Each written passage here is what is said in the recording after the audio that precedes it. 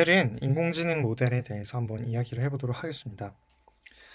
지난 첫 번째 시간에 말씀드렸다시피 인공지능 알고리즘은 수치 계산 알고리즘입니다. 그래서 약간의 수학적 배경 지식을 요구하는 게 사실이라고 생각하시면 될 것 같고요. 네, 그래서 결국은 인공지능 알고리즘을 이루고 있는 수학은 그렇게 사실 많지는 않아요. 그리고 또 그 수학들이 어렵다고 보기도 사실 힘들 것 같아요. 그래서 단순히 그냥 선형대 수학, 결국엔 데이터를 표현하고 데이터의 특징을 다루는 그런 선형대 수학과 그 위에서 이제 있는 이 벡터 미적 분학이죠. 그래서 이런 선형대수적인 대상들, 벡터들의 함수들을 다루는 그런 벡터 미적 분학. 그리고 어떤 추론 과정에서 필요한 이제 통계적 이제 그런 모델들이나 이런 것들이 있으니까 사실 이 세 개 정도면 어느 정도의 논문들은 읽을 수 있다라고 생각을 합니다. 근데 결국에는 이런 인공지능 모델이 코딩을 해야 하기 때문에 결국엔 라이브러리 같은 것들이 제작이 돼서 라이브러리에서 함수를 가져와서 쓰게 되죠. 그러나 이 한번 라이브러리의 도큐먼트를 자세히 뜯어보시면 조금 복잡할 수도 있을 거예요. 왜냐하면 수학적인 테크닉들이 들어가 있기 때문에. 네. 그러나 결국에는 엔지니어링적인 측면에서 알고리즘을 최적화해야 할 것이고 비용을 줄여야 하고 뭐 당장 논문을 정확하고 정말 탄탄한 기초를 통해서 읽어야 한다면 수학을 당연히 알아야 할 수밖에 없을 거예요. 그래서 인공지능의 수학이라는 이제 이 수업을 통해서 이 선형대 수학과 확률 통계, 미적 분학의 이제 기초적인 부분을 어, 네, 배워 가실 수 있으면 좋겠습니다. 네, 기본적인 인공지능 모델은 우리가 일반적인 어, 기초 과목에서 배우는 프로그래밍과 문제 해결에서 배우는 그러니까 알고리즘과는 약간은 차이가 있을 것 같아요. 결국에는 학습 모델이라는 점에서 차이가 있는 것인데요. 이게 무슨 뜻이냐 하면은 일반적인 알고리즘은 이렇게 인풋이 들어오면 어떤 블록을 통과하고 뭐 if문이나 뭐 while loop나 뭐 이런 걸 통해서 어떤 조건을 반복함으로써 이제 결과값이 나오죠. 결국에는 이런 유한번의 계산을 통해서 이제 나오는 것이기 때문에 우리가 인풋 값의 범위만 안다면 이 아웃풋의 범위도 충분히 예측할 수가 있어요. 네. 그러나 어, 이 학습 모델은 이 인풋을 통해서 결국에는 무언가를 변화시킵니다. 우리가 영어 단어를 외우기 전과 외운 후가 같다면 그 지식은 이미 우리한테 들어있는 게 아닌가요? 그러니까 단어는 이미 알고 있었던 것이 아닌가요? 결국에는 학습을 한다는 것은 이 머릿속에 무언가 변했다는 것일 거예요. 그것이 바로 이제 파라미터라는 것일 거고, 이 인풋을 통해서 우리가 어떤 함수를 최적화함으로써 해당 데이터 인풋을 가장 잘 설명해내는 혹은 가장 잘 예측해내는 혹은 가장 잘 추론해내는 그런 파라미터를 찾아내는 것이죠. 이것이 바로 학습을 하는 모델의 어떤 구조일 것 같아요. 네. 파라미터를 계속 갱신하면서 최적화한다는 것이죠. 네. 그래서 타겟 베리어블이 있냐 없냐 결국에 우리가 어떤 걸 맞춰야 하는 상태냐 개냐 고양이냐를 맞춰야 하는 거 아니면 그냥 개냐 고양이냐가 중요한 게 아니라 개 고양이 사진을 구분만 할 수 있으면 되는지 이런 타겟 베리어블의 유무에 따라서 만약에 있다면 지도학습, 없으면 비지도학습으로 이제 분석이 될 것 같고 분류가 될 것 같고 이 지도학습에는 분류와 추정, 비지도학습에는 차원 축소, 군집화, 영환속 규칙 탐색 뭐 이러한 분류를 할 수 있을 것 같습니다. 그리고 딥러닝은 복잡한 구조를 갖고 있지만 그만큼 다양한 태스크들을 좋은 성과로 보여주기 때문에 각각의 이제 분류에 포함되어 있는 알고리즘들이 있다고 볼 수 있을 것 같습니다. 그리고 이제 강화학습이라는 것이 이제 최신 트렌드로 사실 최신 트렌드는 아니고 조금 됐죠. 그리고 이것이 지금 각광받고 있는 추세이기도 하죠.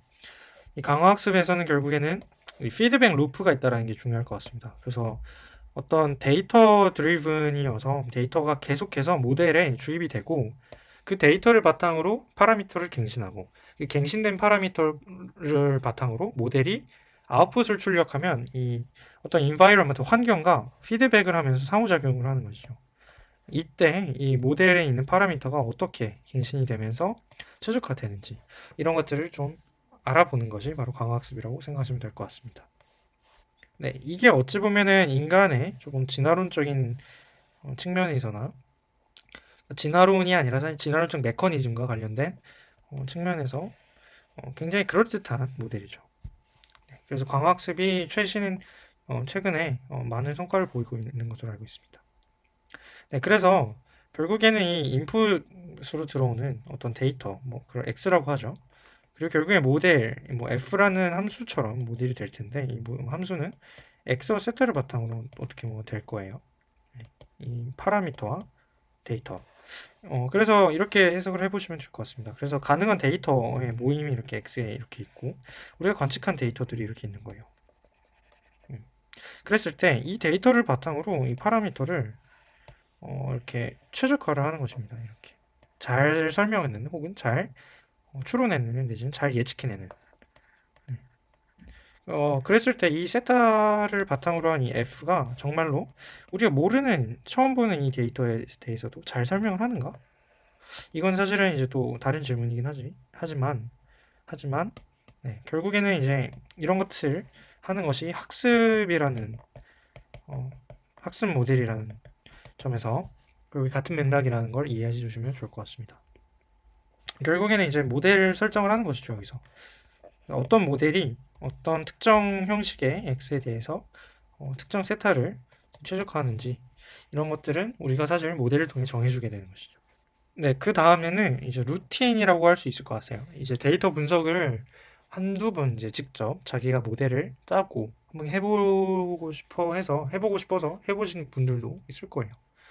네, 이제 그 루틴이 어느 정도 사실은 정해져 있는 걸로 이제 알려져 있는데, 그리고 루틴이라고 하는 것도 사실 웃기긴 해요. 그러나 이제 일반적인 이제 프로토콜에 가까운 것들이어서, 먼저 당연히 데이터가 가장 중요할 거예요. 데이터가 많아야지 무언가를 학습하기 쉬울 거 아니에요? 그죠?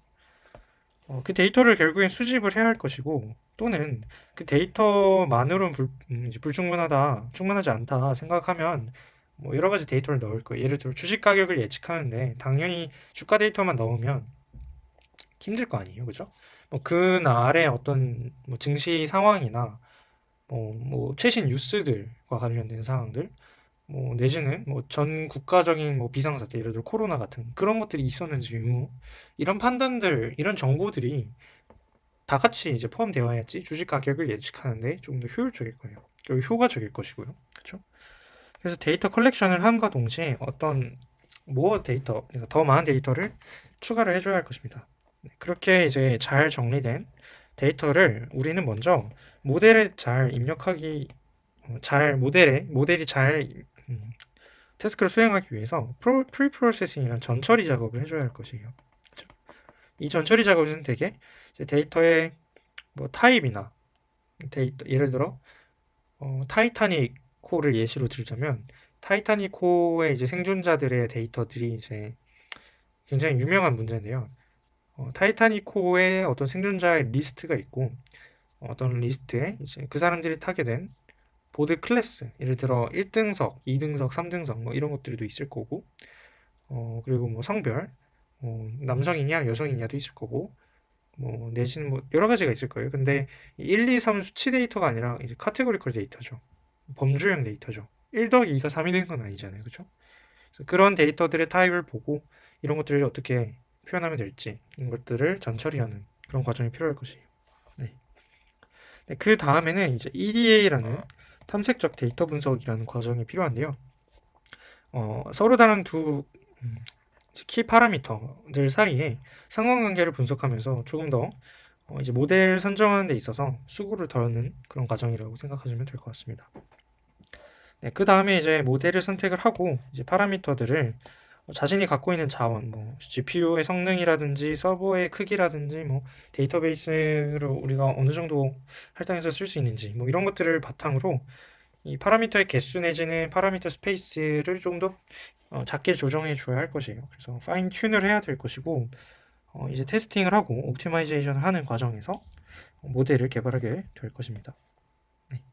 그래서 진짜 현업에서 데이터 사이언티스트 내지는 데이터 엔지니어 혹은 뭐 데이터 뭐 이런 연구를 하시는 분들 전반적으로 이 데이터 수집하고 이 데이터를 가공하는 이런 업무에 시간을 굉장히 많이 쓴다고 합니다. 그리고 힘들죠. 그래서 데이터 엔지니어와 데이터 사이언티스트의 이제 간략한 차이는 엔지니어는 이런 효율적인 어떤 경제적인 여건을 조금 판단하는 그런 업무를 한다라고 알려져 있죠. 그래서 데이터를 수집하고 관리하고 유지하는 그런 업무를 하고 데이터 사이언티스트들은 모델의 성능을 향상시킨다든지 아니면 통계적인 지식들을 바탕으로 모델을 잘 선정한다든지 뭐 그런 업무를 할 것입니다. 네. 네. 그래서 결국에는 인공지능은 이제 연구를 위해서 공부해야 할 것이고 또는 실무를 위해서 공부할 예정이죠. 그죠? 그래서 이 실무나 연구에 인공지능 알고리즘을 잘 쓰기 위해서는 이론적인 부분을 이해해야 할 것입니다. 그래서 코드나 뭐 이런 것들을 좀 실무에 적용하기 위한 코드를 좀 보시기 원하신다면 이 페이퍼스 웨이 코드라는 최신 트렌드에 맞은 코드를 이제 잘 정리해 놓는 사이트거든요. 그래서 트렌드별로, 최신별로, 이제 가장 성능이 좋은 별로 이런 분류로 각각의 모델을 이렇게 리스트업을 해놨습니다. 그래서 실무에 만약에 이 머신러닝을 쓰고 싶다 하시면 이 페이퍼스위 코드라는 이 페이퍼스위 코드닷컴을 좀 참고하시면 좋을 것 같고요. 코드를 완전히 이해하고 분석하기 위해서는 반드시 뭐 수학적인 부분을 공부해야 할 것입니다. 그래서 이 인공지능의 수학이라는 이 해당 강의를 수강을 하시고 그냥 아무거나 좋아요. 사실은 머신러닝 관련 책이 기본적으로 수학적인 테크닉은 알고 있다는 가정하에 써놓은 책이 많기 때문에 대중서, 예를 들어 이안 굿펠로우 책이나 뭐 이런 것들을 읽으시면 이제 문제가 없으실 거라고 생각합니다. 그래서 여러분들께 이제 추천해드리는 레퍼런스는 이안 굿펠로우나 요슈아 벤지오의 딥러닝이라는 책, 그리고 케빈 머피의 머신러닝이라는 책, 그리고 길버트 스트랭이 이제 우리 학교의 리니어 알제브라인 어플리케이션, 이치 어플리케이션이라는 책으로 유명한 MIT 길버트 스트랭이 쓴 리니어 알제브라인 러닝 프롬 데이터, 이 책도 굉장히 보기 좋고요.